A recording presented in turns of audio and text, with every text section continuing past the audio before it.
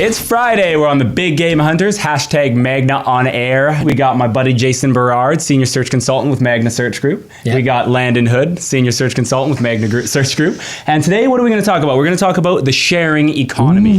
Something that's been emerging a lot over the last few years here.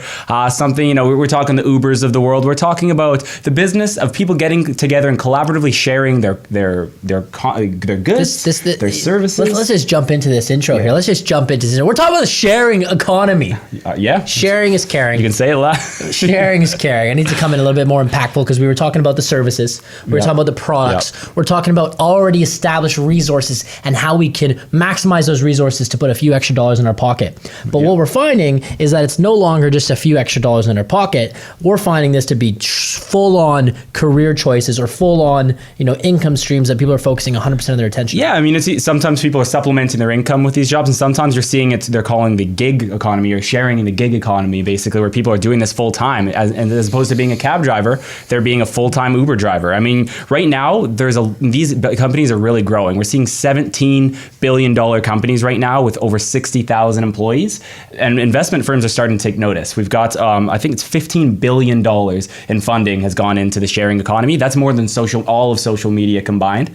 And so, when we're talking about transportation, we're talking about we're talking about Uber competing against the cab companies. When we're talking about accommodation, we're talking about Airbnb competing against hotels.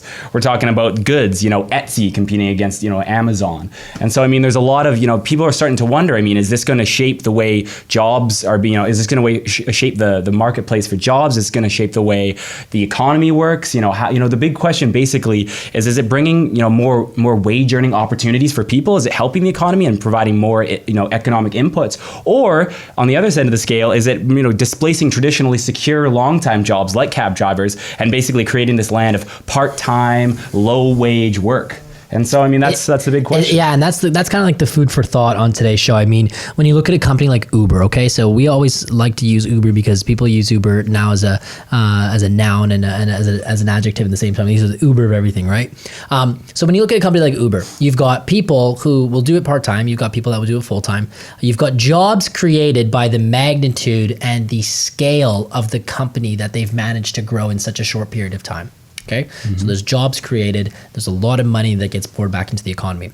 However, what you also do find is that because Uber's model is so efficient that there are a lot of people taking on those part-time roles or just the additional income or actually being full-time. Now, going forward in the future, we're going to find it to be very interesting if this trend continues because once the baby boomers are, and which we're getting towards that point now, once the baby boomers, let's just draw a line across them once they leave the market, there will not be enough people coming into the talent market as a whole to fill these jobs. Just them alone, because there's so many people in senior level positions coming out. So that will be interesting. What I think we will find is that Ubers and Airbnbs and Etsy's and Garage sales, they will still always be there as a supplemental, but I think they might take away from other people, other companies that are looking for part-time employees, are looking for, because I mean, driving an Uber around, right? Getting to interact with people in a very easy and seamless way, make $20 an hour is what the average stat is.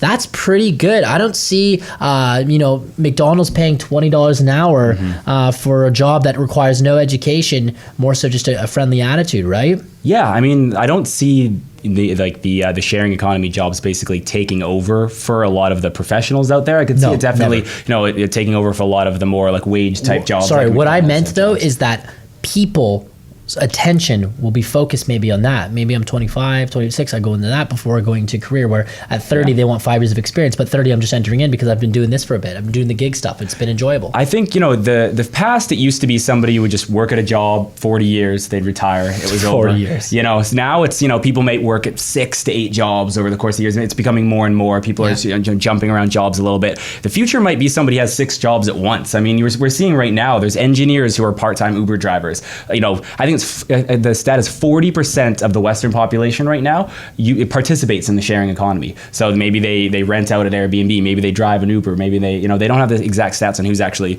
driving and who's renting out, but at least people are participating, and it's the younger generation, it's the millennials. Yeah, it's the ones that'll actually trust the Airbnb. Yeah, no, exactly. Give so it a shot. It's going to take a while for the older people to adopt it, and that's going to come into more marketing dollars being infused and basically informing them as to what it really entails.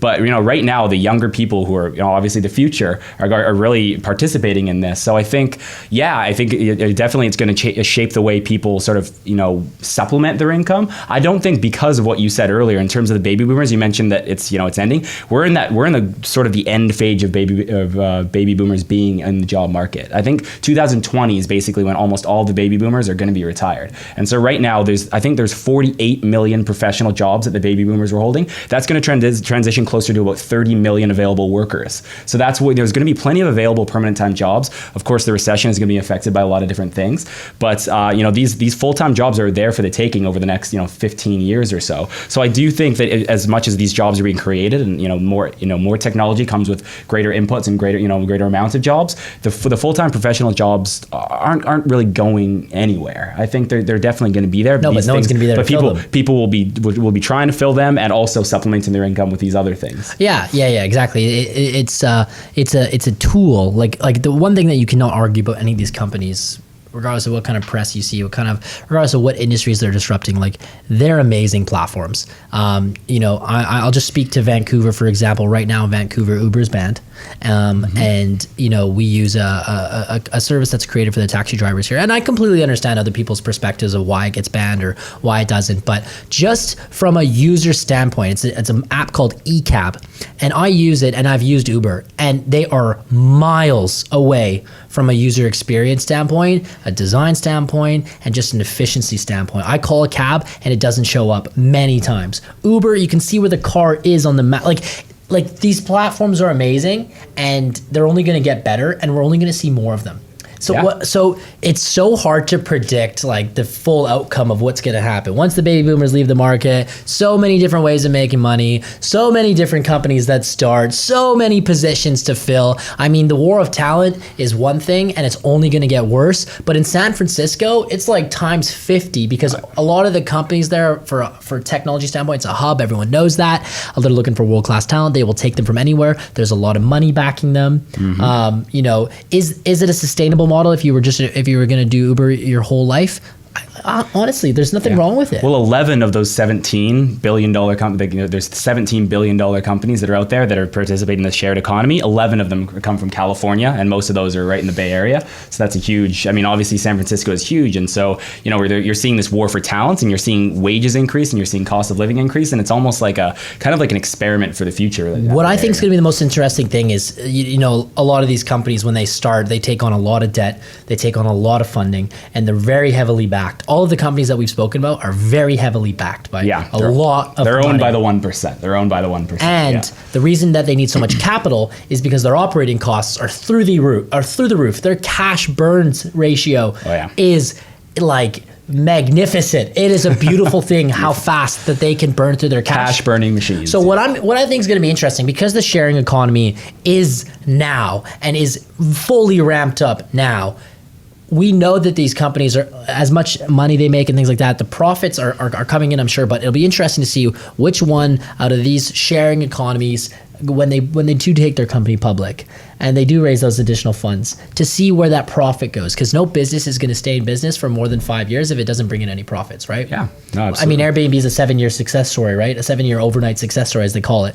And are they profitable yet? I'm not actually sure about the details. Does it matter? No. However, 10 years from now, if they're not making any profits, that model doesn't actually work. Right? Yeah, and I think these companies do burn cash, but the ideas magnificently. The ideas are so smart, and people would sort of wonder what the motivations are for these services, and they were sort of, when they first started out, were advertised as we're socially conscious. In this day and age, they all launched out of the recession, right? In this day and age, we're trying, let's all share resources and let's all pool together. But really, ultimately, the successful ones aren't the ones who pitch social consciousness. They pitch cheapness. They preach Efficiency. the efficiency. This is cheaper, faster, better way to do it. And so if you find a cheaper, faster, better way to do it, ultimately that's going to be conducive to success. I'm even just looking at the list, like, how many people does Airbnb have using their service? How many people does Uber actually have as a driver? And as well as how many people does Uber have on the other side of it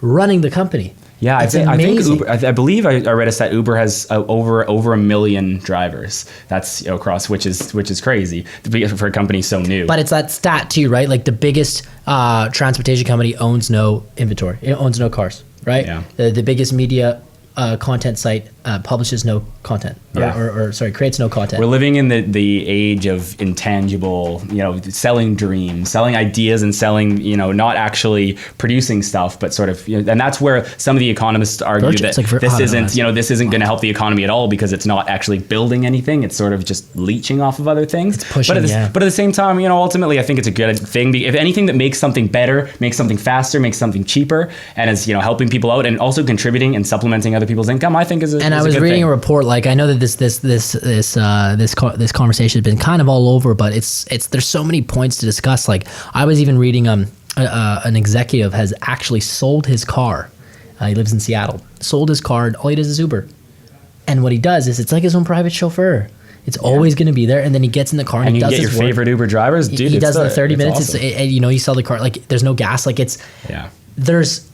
this is just the start. I mean, I think the next revolution that we're really going to see, or we're going to be talking about this, we're going to see a lot more companies come up in the sharing. There's the companies where you can go to the airport, fly for a weekend, and while you're flying, someone's got your car, renting it out, and you're making money. And then when you come back to the airport, your car's there. You never have to pay for parking. You know what I mean? Instead of parking it overnight. That's another thing that's already out there. Valet parking services where people will park your car for you so you don't have to pay the parking fee. Just Park is a big one. You have to look at it from standpoint of those companies. So what's going to happen in park then if that happens, if no one's paying the in-park fees? What's going to happen to not only taxi drivers but limo drivers? What's going to happen to hotels? How Riots, with all of this is the thing, right? So it's such an interesting market to look at from a labor market standpoint. And what we find is people are more geared to wanting to join these types of companies than the older and established type of, this is the way that things need to be done, where this is like, hey, we'll just figure it out as we go. And people who are doing it full time are earning close to the same, about the same amount of money as, we talked about Uber drivers making about $20 an hour. Airbnb is $25 an hour on average of renting out your place. I mean, like for the times that you leave or you want to host someone, I mean, Airbnb just makes sense, right? Now, a lot of the hotels are now being affected, right? And they're having to lower their rates, but I'm, of the opinion that hotels should be lowering the rates anyways. So, but this is the thing. Like, this is just the start. So if the hotels lower the rates, what's going to happen to the hotel companies? Are we going to have hotel shutdowns? Then what's going to happen to the building? Are we going to have to demo the building? Are we going to waste space? Are we going to turn it back into maybe proper land? Like, there's so many implications. Yeah, it's true, Jason. There's so many implications, and I think that this show could go on for 3 more hours, but we don't want to hold anyone up. It's the big game. Thank you so much for joining us on the shared economy. Enjoy your Friday. Thanks for tuning in. #MagnaOnAir, Big Game Hunters. And let's ask you this. What are some of the things that you'd like to see a more efficient model of? And let's get into business together, because honestly, there's everything. There's people that will pick up your laundry. There's people that will walk your dog. There's people that will come into your home and massage you if people you need that to. will listen to your girlfriend. Well, not yet anyways, but hey, there it is. New business venture coming to you next week. We'll discuss it in depth. Listening to your girlfriend for you, so you don't have to. You can play some vids, do some things that you would rather do. Check us out next week. Big Game Hunters. All right, cheers.